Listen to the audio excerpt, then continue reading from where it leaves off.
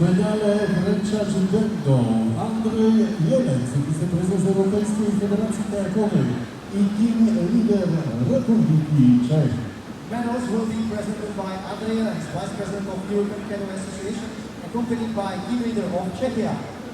Miejsce trzecie, medal brązowy Mistrzostw Europy junior marzostwa w 23 konkurencji K1 razy 3 kobiet junior Słowenia. Bronze medal goes to Slovenia, Jaya Pindej, Urasko, Sasha Hrubaka.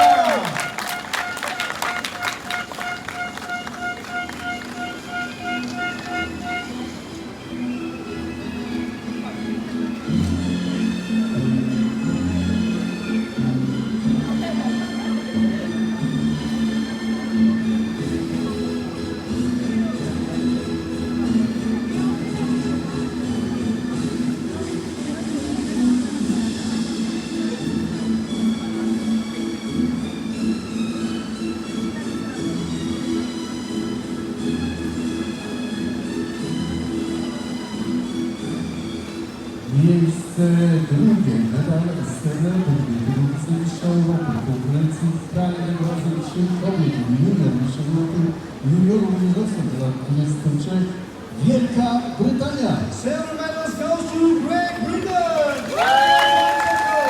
Zoe Black-Shields and Sophia Elford.